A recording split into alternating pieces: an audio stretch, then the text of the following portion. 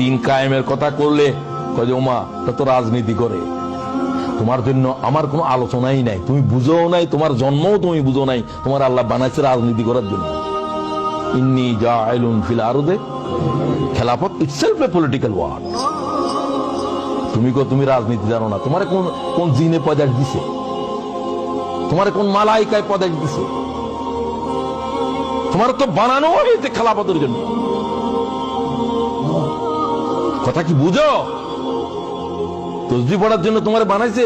ফেরেশতারা বলছিল তো আল্লাহ আমরা তো তসবিহ পড়ি, নাহনু নুসাব্বিহু বিহামদিকা ওয়া নুকাদ্দিসু লাক, ক্বালা ইন্নী আ'লামু মা লা তা'লামুন। তোদের কোনো আকল নাই। সুবহানাল্লাহ। খেলাফত কি জিনিস তোরা কি বুঝোস?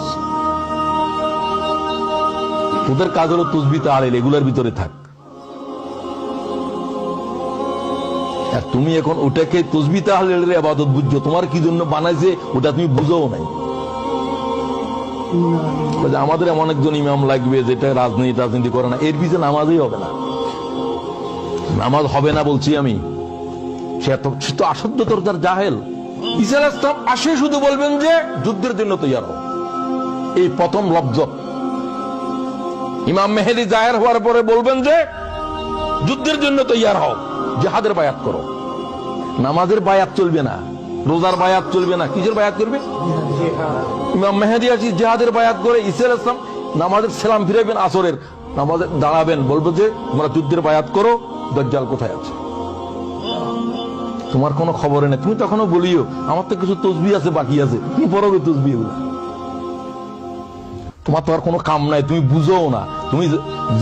তুমি নামাজ বুঝছো, তুমি জানো না যে যে জিনিস নামাজের কাদা করে দেয় সে জিনিস বুঝো নাই, সেটা হলো জিহাদ।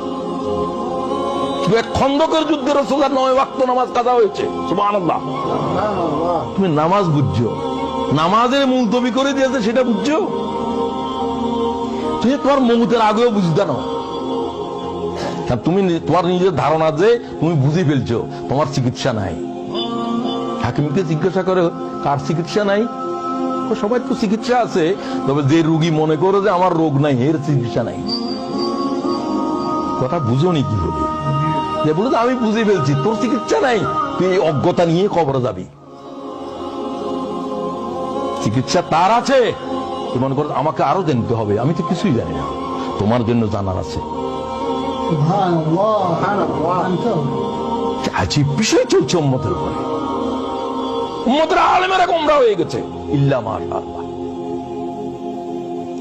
এবং কিয়ামতের আগে তাই হবে। হুজুর বলছে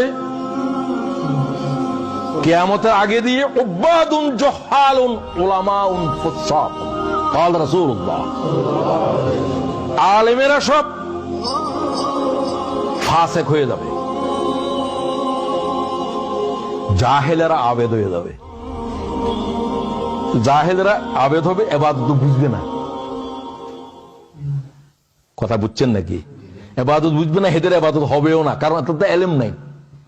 কোরআন শরীফ পড়ে ভুল পড়ে, ওটা করে ভুল পড়ে, ভুল করে সবকিছু। যারা জানবে তারা ইবাদত ছেড়ে দিবে, আর যারা ইবাদতে মশগুল হবে এরা ইবাদত কিভাবে করতে হবে কি কিছুই জানে না। জহাল বলছে, আলেমেরা ফাসিক আর জাহেলেরা আবেদ, কিয়ামতের আলামত।